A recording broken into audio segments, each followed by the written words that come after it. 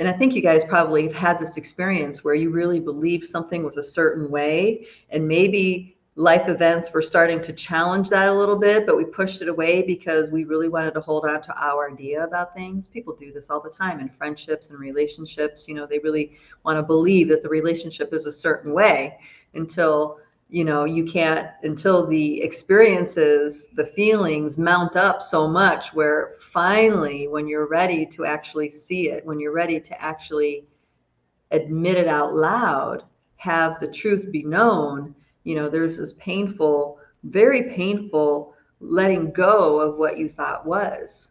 It quite literally is a grieving experience. So on a collective level, people are waking up big time. But now there's all this intense inner grief to address. And grieving is a very interesting process. It's a very interesting process. The tendency, if people are really in touch with their emotions, the tendency is to, cry it out, put your finger on it over and over and over again, right? But there's a point in time where you get tired of that and you want to just move on. And there's another kind of tendency that's like the opposite spectrum, where it's just, move on, and no contact with grief happens until it becomes something overwhelming, and it just takes you over one day for whatever reason. Maybe a stressful event happened. Maybe you got some bad news, or maybe you got some really good news, and it touched on something that you were grieving inside and not really paying attention to.